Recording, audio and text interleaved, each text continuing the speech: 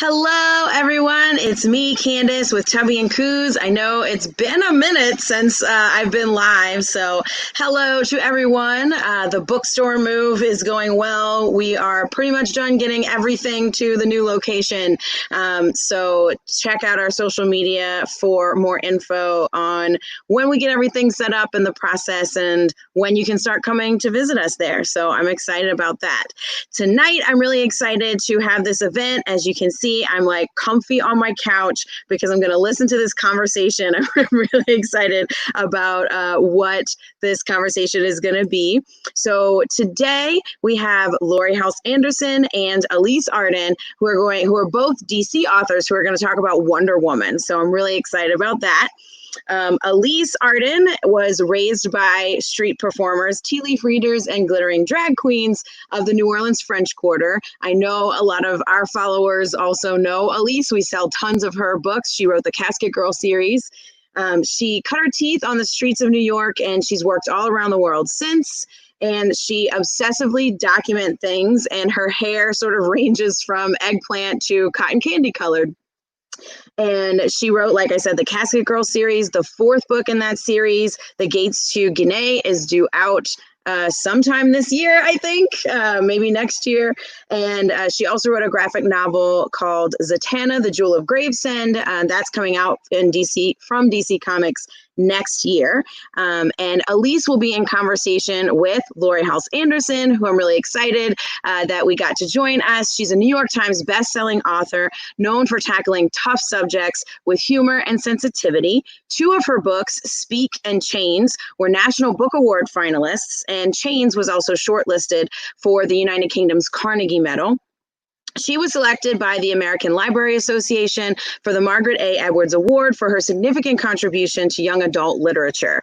Laurie has also been honored for her battles for intellectual freedom by the National Coalition Against Censorship and the National Council of Teachers of English. She's a member of RAIN's National Leadership Council, and she frequently speaks about sexual violence. And as a lot of you know, that's something that's near and dear to my heart as a survivor. So I'm really excited to have Laurie and Alys here to talk about Laurie's newest book from DC, Wonder Woman, Tempest Tossed. So hello, Alys and Laurie. Thank you so much for being here.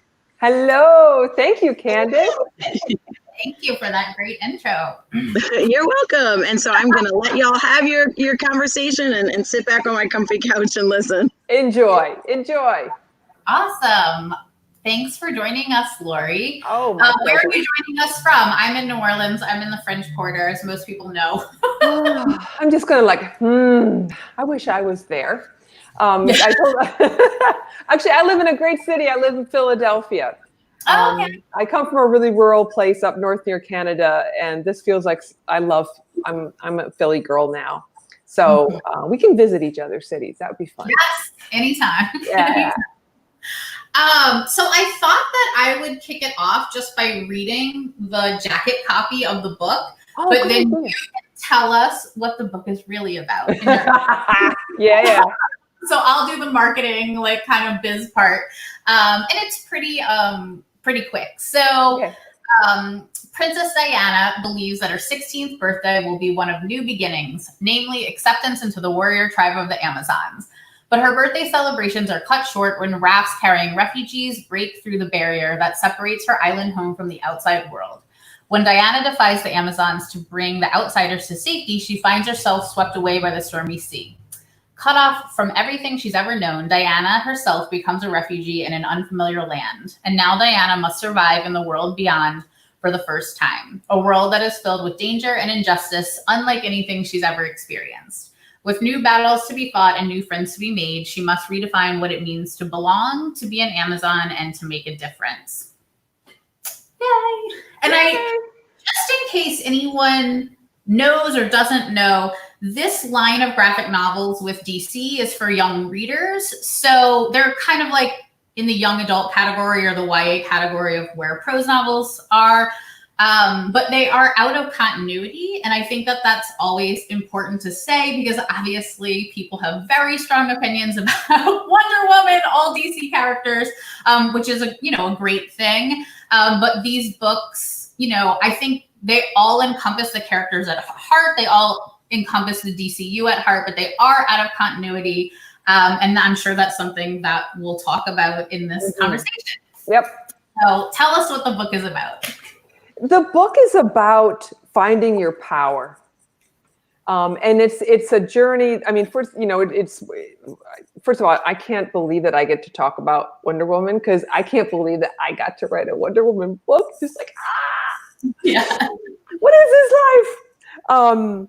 But the way I was thinking about it, they told me, DC said they wanted me to write about Wonder Woman at 16. They said I didn't have to worry about continuity, thank goodness. And that I should start her on Themyscira and then get her to the US. And so when I started to think about what a 16-year-old Diana would be like, I realized that her struggles at 16 are everybody struggles at 16, right? It sucks. But it's also bewilderingly wonderful sometimes, especially when you start to connect with your power. You start to figure out what you care about, and you recognize you're not a little kid anymore. And you can actually make a profound difference in the world. This is what I love about teenagers. It's like they are just juiced with that righteous rage. There's so much to be angry about right now. But they do that very well in the book. Yeah. And they make mistakes. Everybody makes mistakes, but when you're a teenager, you don't know. Like, there's so many mistakes to be made. And so I wanted to write a book that was equal parts true to this incredible character that creators before me have just elevated this woman and changed our world by doing that. And at the same time, I wanted it to be true to every teenager's kind of hero's journey within their own spirit. Yes.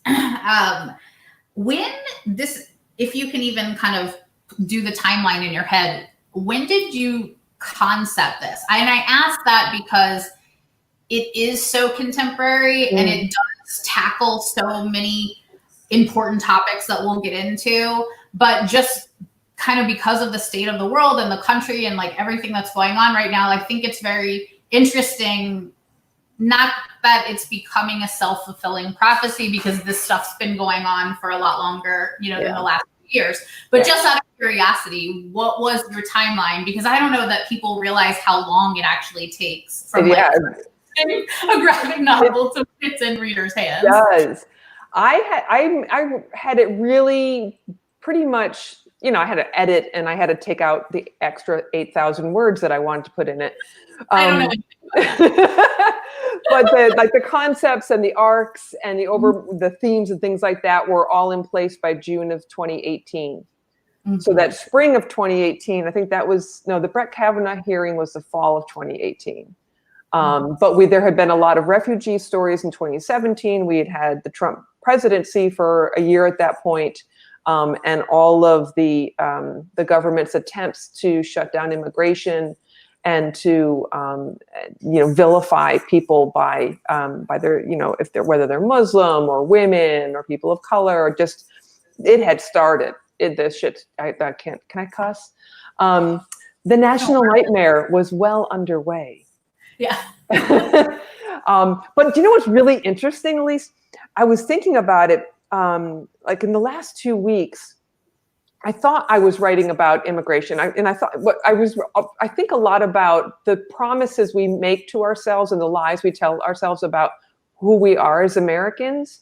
And if there's any joy to be had in 2020, it's for me, it's seeing a long overdue, 400-year overdue reckoning, and acknowledging that promise of liberty and life and happiness was not equally given.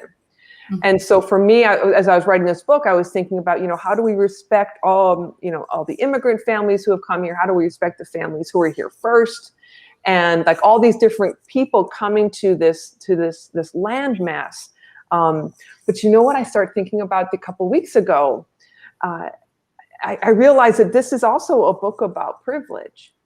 And this is a book about a teenager who was, is there any more privileged way to be brought up than to grow up on Themyscira? I mean, come on, everybody's nice, right? Everybody's sweet and kind and loving and supportive. Yeah. For this book, I think I hope it's going to be both for kids who understand firsthand some of these issues, but also for the kids who have grown up like really in the kind of safety we wish all children could grow up in, but are now getting to the age where they're like, oh, grown-ups suck. They've really messed up the world, and how do I help make that better? And I think that was one of the most interesting parts of the book, where Diana has grown up in this utopia, in this very privileged lifestyle, not just for her, but every single person that she knows. But she still has that conflict with her mother. Her mother's ideals aren't necessarily reflecting what she thinks should be right in the world or that are just. And she grew, she came from this perfect place, but everything is not perfect. And then conversely, I thought it was really amazing to kind of show America through the lens of not only an outsider, but someone completely outside to like the whole Western world or like the whole Earth's mortal civilization. Right.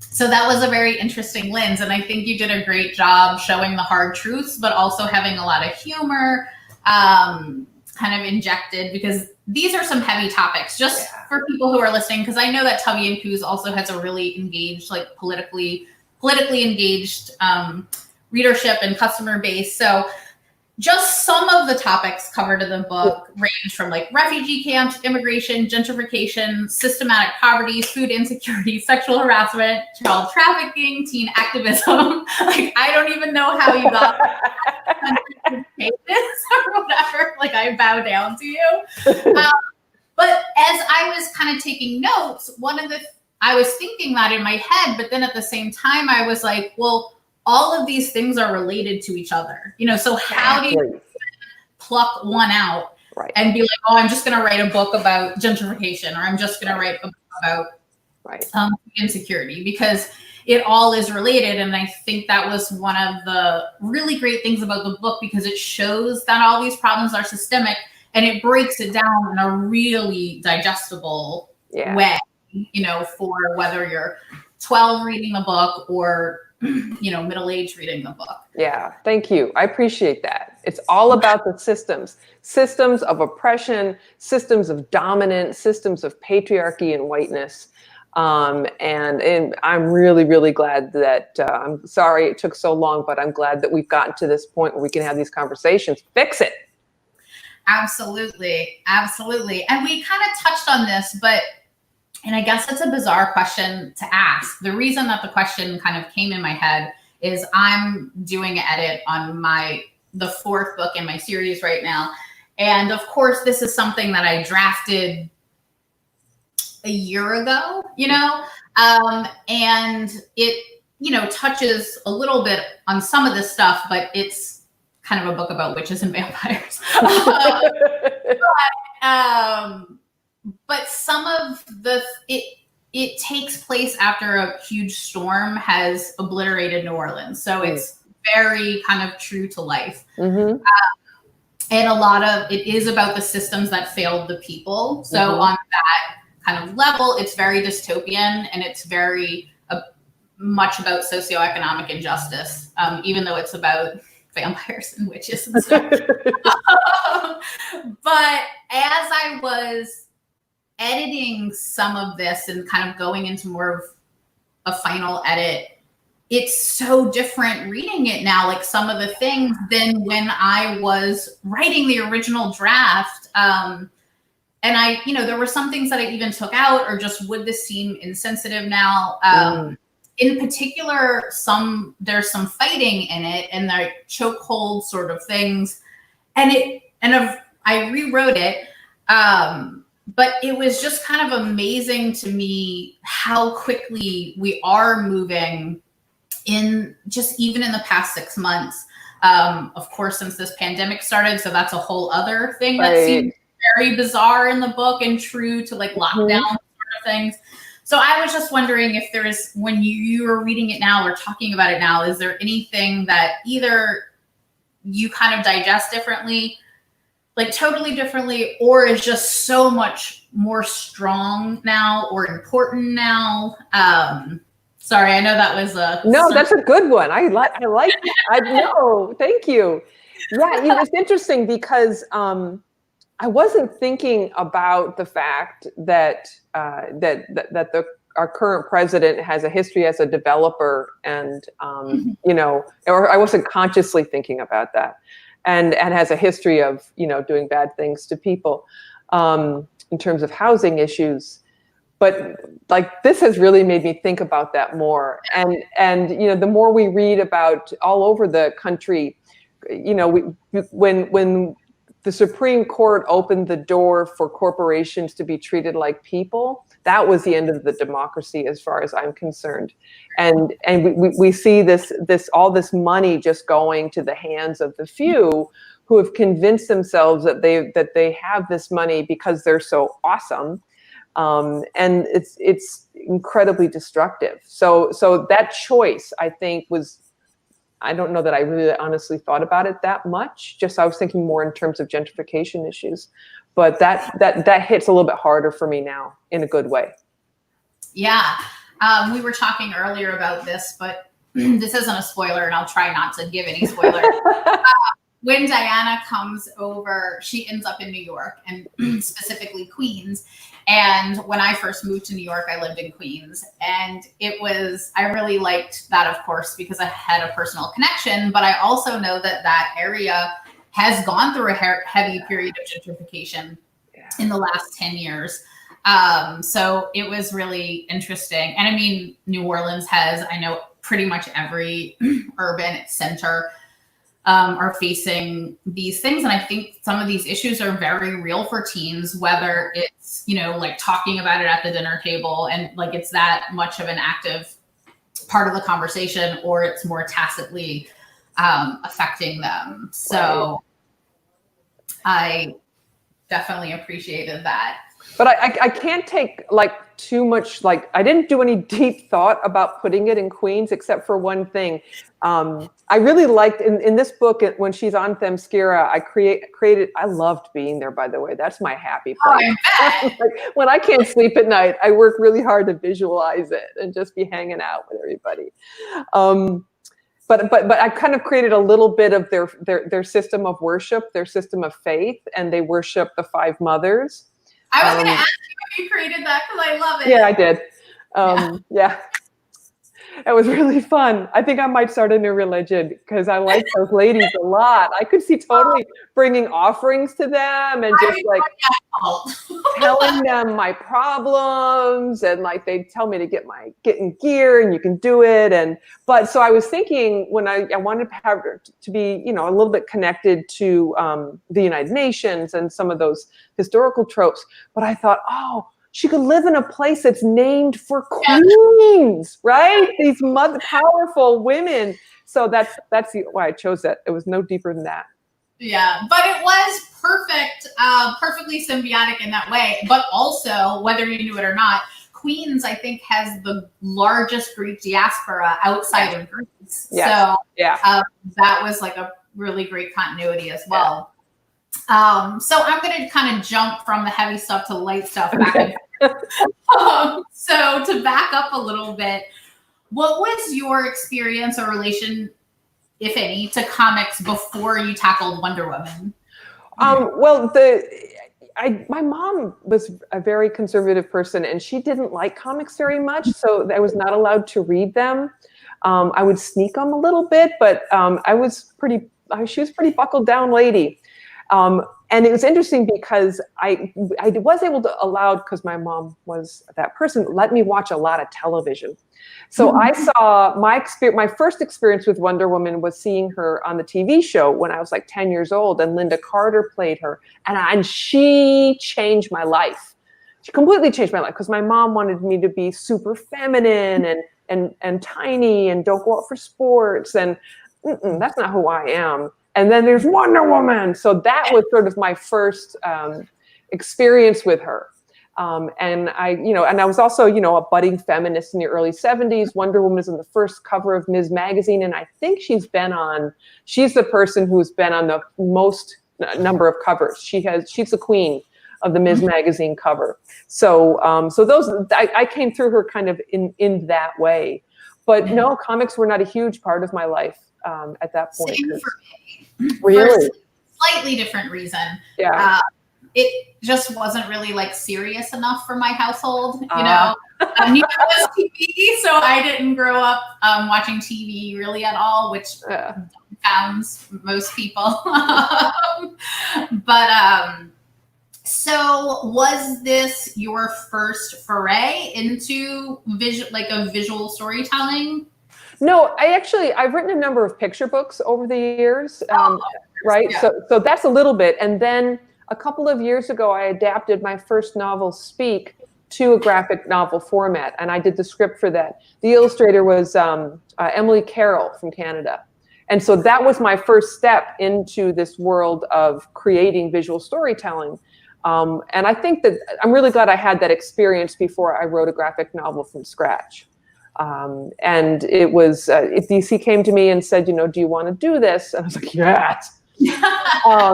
And it was honestly one of the most fun writing experiences I've had in a really long time. I would say the same about Zatanna as well. Yeah. So I know we started out the conversation talking about how these books are out of continuity. Yeah. But I'm always curious, anytime I meet a DC author on, working on a book on this line, how did you approach that? Obviously Wonder Woman has enormous canon. Did you do the whole, I'm not reading any of it, so my mind is, fresh, or, were you sneak reading it and digesting as much? No, I actually, in my work as an author, I've made a habit for decades now of not reading the genre that I'm writing in at that moment. So though I miss whole years of YA novels. Yeah, and I felt the same thing about this because I first of all, I didn't want to get overwhelmed, and I certainly didn't want to intentionally or unintentionally copy somebody. Yeah. So I didn't read anything. I read a little bit about sort of the history of the comic itself. I did Jill Lepore's book about Wonder Woman, but that was kind of a more scholarly take on it. And I didn't see the movie until I was done with the project, the one with Gal Gadot. And I'm really glad that I didn't, because this is it was like equal parts honor and tremendous scary thing. Yeah. Because there's been 80 years of really smart, wonderful, creative people have created these stories for 80 years. And I am stepping in gigantic footsteps. And so I really wanted to honor, and I did slip in some Easter eggs for the people who are really hardcore fans. When she's living in Queens, Diana moves in with an older grandmotherly kind of figure who is herself a Polish immigrant. And then Diana becomes friends with this woman's granddaughter, who's also a teenage activist. And the woman's name, Hanky, in the Polish lady's name, Polish American woman, her name, if you translate it from Polish, translates to Etta Candy. So she's like the Etta Candy-esque figure. And also, I really wanted to avoid a love interest because I noticed that. Yeah. I'm so sick of that. It's a part of life, but god dang, we don't have to have every book with a teenage girl have to have a love interest. Absolutely. Let her figure out who she is. Let her have some friends. So I was like, and I was, Steve Trevor, I had to do something different with that. So I turned them into a married couple, Steve and Trevor. And they both work for the United Nations. And so they become, kind of American mentors for the American experience. And there's tremendous bonds of, friendship and caring, but without having to worry about anybody getting kissed. Yes, I definitely noticed that and appreciated that. I don't know where it would have fit in because there's so much awesome stuff going on. I think I love the choice that you made because I was so invested in the kind of complicated everyday life that they had. I wasn't missing that at all. Right. Good. That makes me happy. Thank you for saying that. No problem. And I mean, I like a good love story, don't get me wrong. But I think it had just the right components that it needed to tell the story. Just for people who might be already like Wonder Woman fans, were there any other characters in the book that are from Diana's world in the comics? I know you made up a tremendous amount of characters in the book, like most of these. Well, on Themyscira, you have the queen. I always pronounce her name wrong. The blonde Connie Nielsen plays her in the movie, right? And then her aunt and who's the general. They're both there. So those names will be familiar. But this does not have a superhero villain because I love books. And actually, I was just showing you earlier, the book I'm reading right now is A City We Became by N.K. Jemisin. And this is my sweet spot of the kind of books that I love to read. It's in between, it's got one foot in the real world and then one foot in the, supernatural, but they're coexisting. And that allows us to use myth and mythological, origin stories and things like that as metaphors for the real world.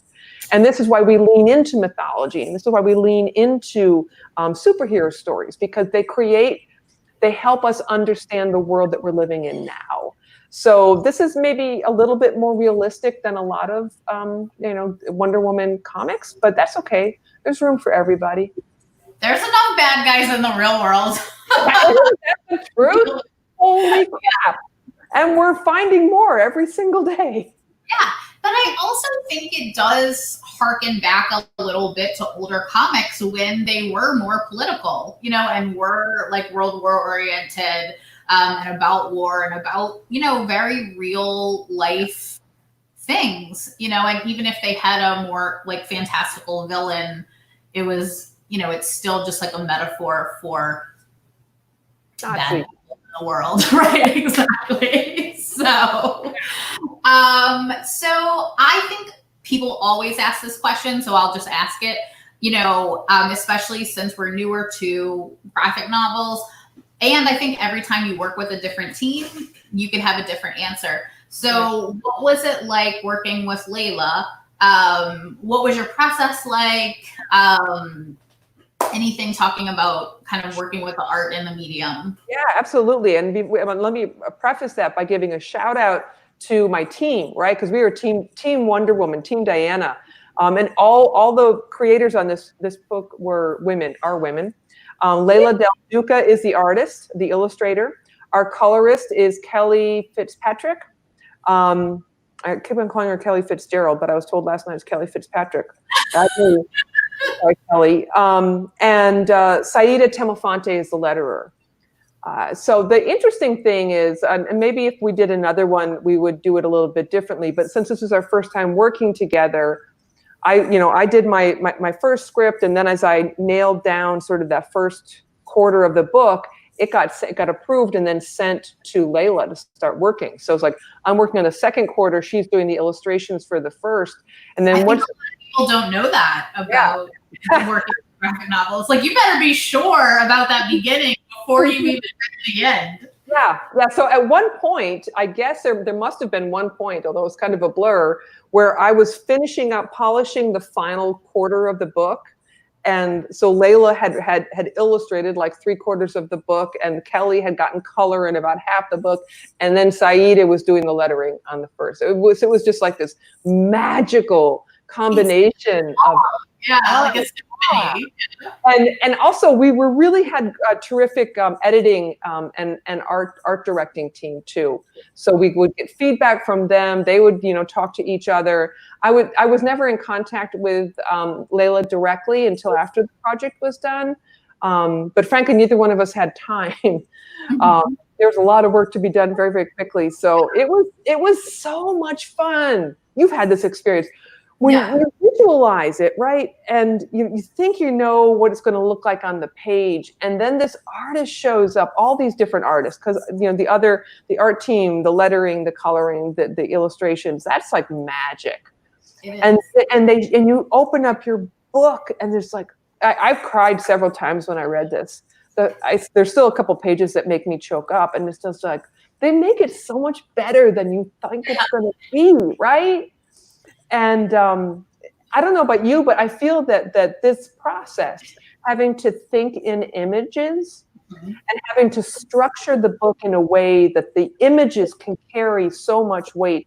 Because I do think, for a lot of people, sometimes if the book is structured properly, the images touch you in a deeper place, sometimes than the words, because we all know that words can lie, right? Mm-hmm. So it's really made me avoid words. You can skip over words. You can skim over words. You know, you can kind of like blur words out. You know, but I feel like that's much more difficult with those images in front of you. Yeah, and I also really worked hard on the pacing of the book, and I spent a lot of time thinking about that magic of the page turn, right? Yeah. And I wanted that to be a point of tension. And so when they turn the page, there has to be a release of the tension. It's like, oh, what's going to happen next? Boom, you nail it. I didn't think about that while I was reading while I was reading this, but you clearly did a good job with that because I read it in one sitting. Nice. Yeah. Like I wouldn't even go to the bathroom or anything, you know. Good.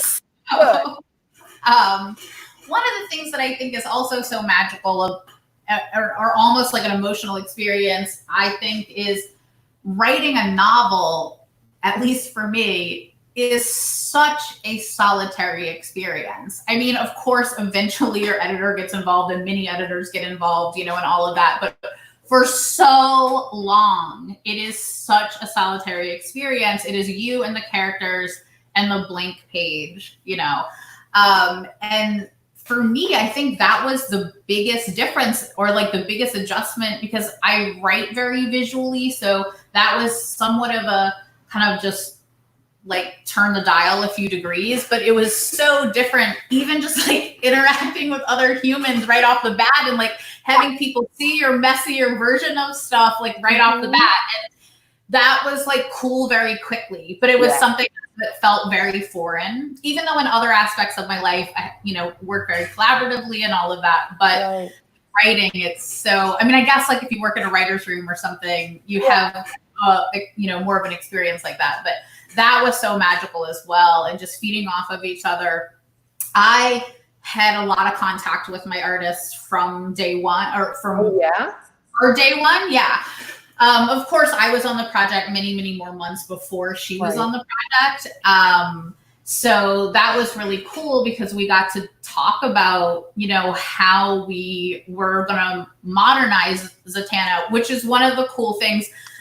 Like Wonder Woman has been with us through the ages. You know, we've seen like many, many versions of her, and Zatanna is a very, very like her father in DC canon is like golden age of comics almost. You know, like she goes back far, and of course so does Diana, but she hasn't had as many iterations and has been with us through the years. So one of the really cool things was, you know, like, how are we modernizing her? And of course, she's in the Justice League Dark, you know, and all of that. So of course, there's modern versions. I'm not saying like we modernized her from the get-go, but that teenage version of her and like, you know, what does she look like in this day and age? So that was super fun to be able to discuss with the artist. Because of course, I knew she was going to be in Coney Island, you know, and all things, but it was still so fun, like getting her input. And the first time I saw a sketch that she did of her, I was just like, this is it. This is what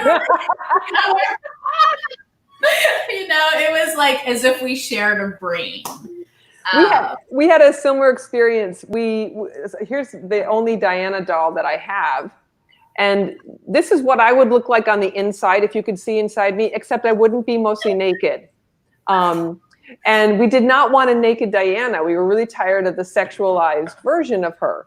I love to hear about this. Yes. Did you discuss this? Yes. Like, how much direction did you? I told her I needed her to be big and strong and athletic. This is why I used parkour as a device in the book. I took all these reference photographs. I made like actually a private Pinterest page for this book. And then Layla could go there and I would put up images that I thought. And I said, she needs to look like a kid in Queens. you know, and gosh, Layla did such a good job on Themyscira. Like it's literally another world. And she told me last night when we were speaking, so she did a lot of research and referencing into, you know, the clothing of Greece and the flowing robes and the beautiful flowers and all that. And then Diana winds up in a refugee camp and has to, you know, take whatever clothes have been donated, and learns quickly that, you know, covering up is going to make her way a little bit easier in the world, and she's got to move differently. There's one of my favorite parts of the book is there's just this one panel where Diana, for the first time, is a victim of street harassment and is catcalled. And she's confused because these men are whistling, and I think she asked her friend Raisa, "Are they like, where's their dog?" And her friend explains why they're whistling. And she's this big girl, right? And she jacks them up against the wall, one in each hand. And I think anybody who's had to put up with that nonsense, you know, their entire life, that panel is what the moment we've all been dreaming of. I'm like jumping on my bed reading that panel. Good. I'm like, I've had this moment in Queens. Jesus. Oh yeah, right. I love that moment. I love her exploring the world. I love the panel with the tampon and her also being like, wait, what is this? It was just so, it felt just like so true to life and not afraid to talk about anything, but also it didn't feel like an after school special, you know, which, you know, not that I would ever think you would feel, you know, come across as after school specially, but a lot of times it does, you know. And I think the best kind of like hard issue tackling books are ones that I can as an adult read and still really enjoy and not walk away saying like, oh, but it doesn't matter because it's not for me anyway. You know, it's for 14-year-olds. But I didn't feel that way at all. After reading this one, you just like want to kick ass.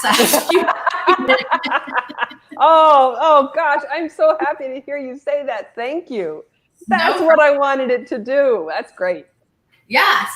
And I kind of asked the question about you guys designing Diana because I remember in the beginning thinking a lot about this and writing a lot about it, and also kind of being like, how much am I allowed to say about this or give input? And then at the end of the day, I was like, well, I'm saying everything that I want about it, because I don't want, Zatanna is also a highly sexualized, you know, character in DC, and I'm not knocking any of those versions of her, but I knew that that's not what I wanted for this book. You know, and of course, it wasn't what Jacqueline wanted or what DC wanted or what our editor wanted. But I also was very careful that I didn't want the answer to that, or like being antithetical to that, being like, you have to be like tiny and, you know, like uncurvy, to kind of not represent that, because I feel like sometimes the pendulum swings too far in the other direction, and it says in order to not be sexualized, you have to have a certain body type, and that's always really bothersome to me as well, you know. So I'm like, I don't necessarily even need to change her body at all from what is in canon, but through a female lens, through a whole female team's lens, you know, how can we keep, you know, traits about her that are the same, but do it in a non-male gazy way, or like a like sexualized way. I had a lot of opinions about that. Before she read anything about like my ideas for the books, you know, like anything, it was like this page about body type and like how we're projecting her body into stuff. So what did it feel like when you first saw her on the page?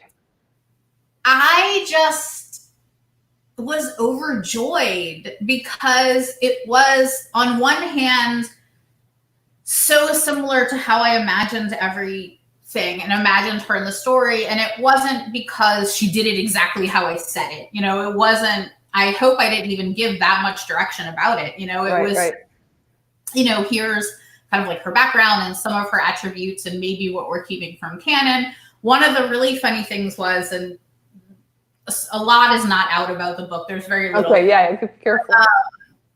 So Zatanna has black hair in canon, and she gave her lavender hair. And I was like, this is very cool, but we can't do that. Yeah. And my editor was like, no, it's amazing. It's so beautiful. You know, and I'm like, I have had lavender hair for the last 10 years. I mean, not that you would know during quarantine, but I'm like, people are going to think that I am injecting myself into this. And I'm still worried about that. But it was just a really funny conversation because they were both like so attached to it and it was so beautiful, and it is so beautiful. So I kind of gave into that one because it was a weird argument to have. But one of the really early on conversations. And I think the other interesting thing is, I think when she had the first drawing, I loved it so much. Like I was so immediately attached to it. I didn't really think about it getting better. Yeah. And then, so when there was then kind of like another version of her as she started to evolve, and that was the art that was released, I think the first art that was released. And then now even looking back at that and being like, oh man, it gets so much better. Yeah, you know? yeah. Like at the time when that was presented, I didn't think it could get better. You know, I loved it so much. So I think that's been a really cool part of the process. Nice. As well. And when is your book coming out? Next spring. Next spring? Okay. It'll go fast. We're in 2020 time, so yeah, it's gonna feel like 20 years and 2 days at the same time. It's a very summer read. It takes place at Coney Island on the beach and on the boardwalk and stuff like that. Yeah, that's cool. It'll be good that it comes out kind of once things start getting warm again. Yeah. So I don't know. Is there anything else that you kind of particularly want to talk about? Let me think. Was there anything on the cutting room floor or like things that didn't end up in the graphic novel that? No, actually, you know, one of the coolest things for me, because you know now how much I love Themyscira and I really enjoyed the pages. The original first draft of the book, that section was probably 6 or 8 spreads shorter, because I thought that I had to kind of establish the origin and then get her off the island, right? Because you got to get to it's so city. Cool. It'd be hard to like stop writing it. Right, it was. and so it was really joyful for me when they contacted me and they said, we really love what you've done with this. We think you should expand the Themyscira section. Mm-hmm. And so the scenes where she goes to the temple and she has her moment with the 5 mothers, the goddesses, those were all added in later when I got to expand it a little bit.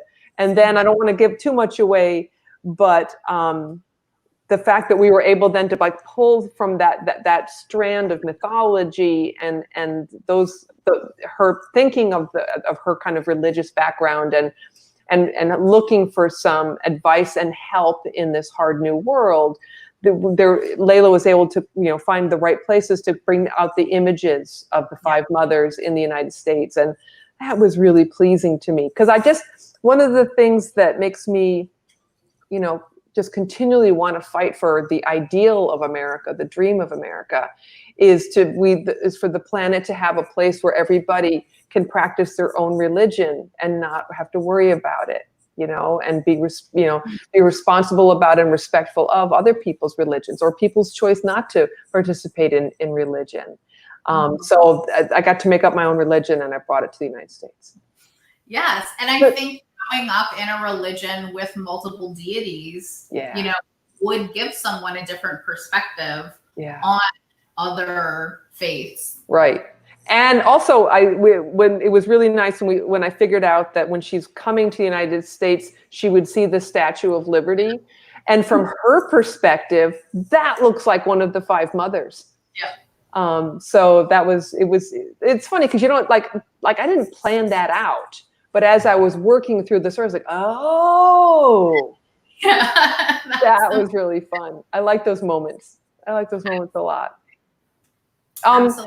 Can I just say one thing about my next DC project? Yes. Because I'm in the middle of this one right now. It's not a standalone graphic novel. For the first time in my life, I am operating as a midwife. I'm the editor of an anthology that's called Wonder Women of History. And so we have a whole slate of artists and authors. We're all women. And we're going to release the full list of the names of everybody next month. I think it's August 22nd, the DC Fandom one-day virtual event. But every one of these authors have chosen a woman who's made a difference, and sometimes it's a girl who's made a profound difference against hard things, and they're all Wonder Women. And so I get to read all these scripts as they're coming in, and then you get to see the artist that's coming in. And basically, I'm a cheerleader, which I've never been. I've actually really been. How long are the stories that are in the book? They're pretty short. I think that this is going to be a big hit at Tubby and Coos because it's a very geeky kind of bookstore. They like a huge sci-fi and fantasy and like superhero audience, and also very much like feminist audience. So I think that it's going to be the perfect juxtaposition for a lot of the readers there. Oh, I hope so. We're, it comes allegedly it's coming out December 1st. Oh my God. I know, right? I was actually. As I was waiting to come online for this, I was working on a story that just come in my mailbox. So, but you talk about collaborative energy. Wow, there's a lot of it going on right now. Well, also, of course, we're obviously plugging Wonder Woman, Tempest Tossed, Yep. which is out now. Mm-hmm. It came out a few weeks ago, but of course, with the general discourse, I think waiting a few weeks to talk about it is amazing. But also, do you have anything else that you're working on or want to plug, like outside of this? Definitely tell everyone if you do. The other part of my brain that's not YA is I write historical fiction, mostly aimed at middle grade readers. And I have a historical trilogy set during the American Revolution that looks at the American Revolution through a very different lens. And I'm adapting those books for graphic novels too. Oh, nice. Yeah.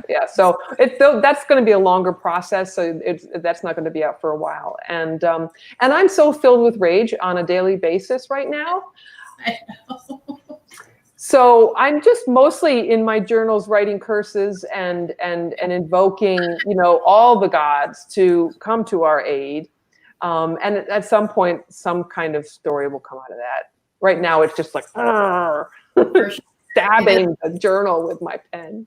It is definitely interesting being a creator of any kind in this time because there are days where it's good and it's bad. Days where it's like coming through me too much and it's like too much on the page. And then there are days where that energy is really aiding the process. Right. In a healthy way. Yeah. Well, the fact that you're even recognizing that's really awesome because you're paying attention. Yes. And then there are days that it's like spinning me into another universe. Yeah. And I can't produce anything. Nope. Nope. So, well, that's great. I don't really know how the question thing works. If there have been any. Hello. It's like, it's time for me now. This conversation has been so good, though. I'm just sitting here like intently listening, and it's like, I should probably go on there now. I'm not sure. No one has posted a question yet. Okay. But I would like to know, Laurie, what is the name of the anthology that you were talking about? Does it have a title? Yeah, Wonder Women of History. Wonder Women of History. Okay. Because for sure I'm getting that for the store. Like Alys said, that's like the perfect intersection of things for our customers. So I was like, ooh, that sounds amazing. I want to read it. December 1st is very quick. It is very quick. But they're all Wonder Women, so we got this. Yes. I know some of the people working on it and some of the women that are being covered in it, and I'm very excited about it. Yeah. have here. Awesome. So just to plug what we are talking about today, again, it's Wonder Woman, Tempest Tossed. This cover is so good, too. I love the cover of this. The art is so beautiful in it. It's so representational. Yeah. So like feminine and strong at the same time. She did an amazing job. Yeah, the artist is phenomenal. So yes, Tempest Tossed, a Wonder Woman book, and you can of course buy that from us. Hopefully, Tubby, if you're watching this, tubbyandcoos.com, place an order, and just put Wonder Woman Tempest Tossed, or you can just put the Wonder Woman book you talked about, and I'll know. You don't have to type in a title; just type in Wonder Woman book, and I'll know.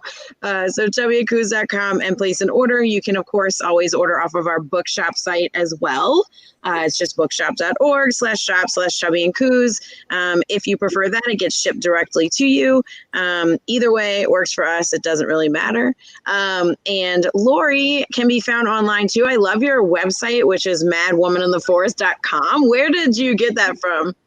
You know, my family's from Northern Europe, and in that the mythology from that part of the world often has a mad woman who lives on the outskirts of town, because she can't stand the people.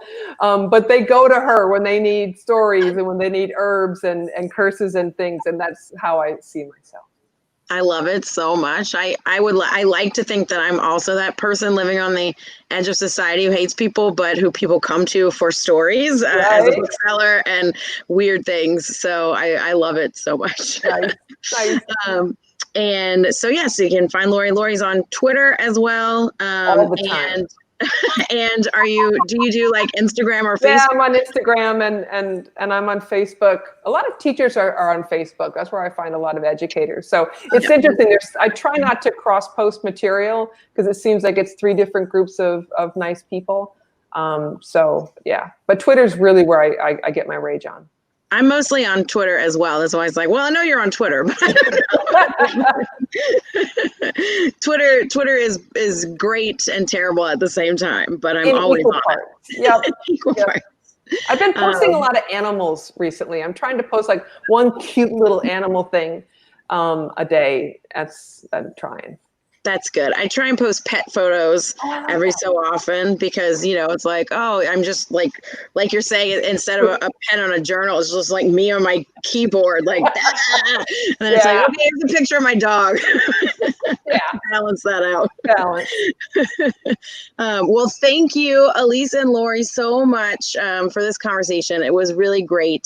And I appreciate y'all joining us. And thank you to everyone watching. Yes. Please, buy books and support all of the folks that you've seen on this. Laurie and Alys and me and the store and everybody, please. I know that we're still closed because of the pandemic, but we are still taking orders. So please still order books. Yes. We've never needed books more than right now. Totally agree. For the line, if you end up getting Wonder Woman, there are I don't know, like at least 10 more of these that have already come out. They're all about like different DC characters, and they're just really fun. I really find that they are books that adults can also enjoy with their kids. And then there also is a middle grade line as well. But check them all out. Candace has a bunch of them at the store. On the website, all of that. And in the back of my book, there's an excerpt of another book in this line. This is about Aqua Boy. It's written by Alex Sanchez. You Brought Me the Ocean, and it's Aqua Boys. It's again many kinds of themes, but it's really Aqua Boy coming out and falling in love, and it is so lovely. It's a gorgeous book. We had Alex a few weeks ago for a virtual event as well. And that book is awesome. I've been really impressed with the new DC stuff that they're coming out with. I have historically, I will admit, been a Marvel fan with the DC, but all this new like DC YA stuff has been wonderful. So everybody should check all of it out because it's really awesome. Very good. Thank you so much. So much. Then keep going. Thanks for joining us, everybody. Mwah. Yes, thank y'all.